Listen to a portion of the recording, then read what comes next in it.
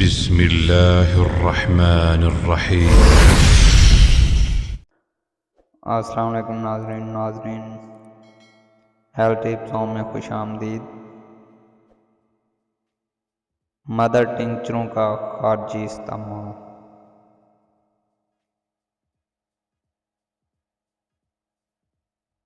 جہاں اندرونی طور پر مدر ٹنکچروں کا استعمال مختلف عروض کو شفا سے امکنار کے لیے کیا جاتا ہے، وہاں اکثر و بیشتر پردرد اور دیگر اذیت ناک کیفیت میں مریض کو فوری سکون پہنچانے کے لیے خارجی طور پر بھی مدر ٹنکچروں کا استعمال تیل، مرہم، لوشن اور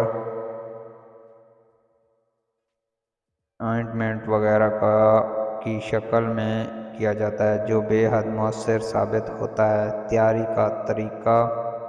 لوشن کی تیاری کے لیے ایک حصہ مدر ٹنکچر میں 9 حصے گرم پانی ملایا جاتا ہے۔ نمبر 2، تیل کی تیاری کے لیے ایک حصہ مدر ٹنکچر میں 9 حصے روغن زیتون یا گلیسرین کی آمیزش کی جاتی ہے۔ نمبر 3، مرہم کی تیاری کے لیے ایک حصہ مدر ٹنکچر میں 9 حصے سفید ویزلین ملائی جاتی ہے۔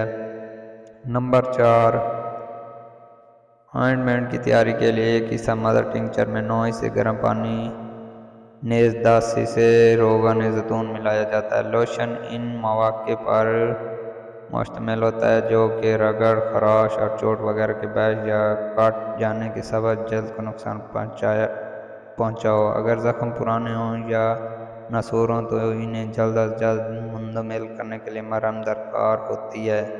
سینہ میں درد ہو تو آئنٹمنٹ کی مالش مناسب ہوتی ہے۔ اگر ورمی درد ہو یا سوجن ہو تو پھر تیل کا استعمال ہونا چاہیے۔ اپنا اور اپنے پیاروں کا خیال رکھیں اور ہمیں دعاؤں میں یاد رکھیں۔ انشاءاللہ نیکسٹ ویڈیو میں آپ کے ساتھ ملاقات ہوگی، تب تک کے لیے اجازت دیجیے۔ اللہ حافظ۔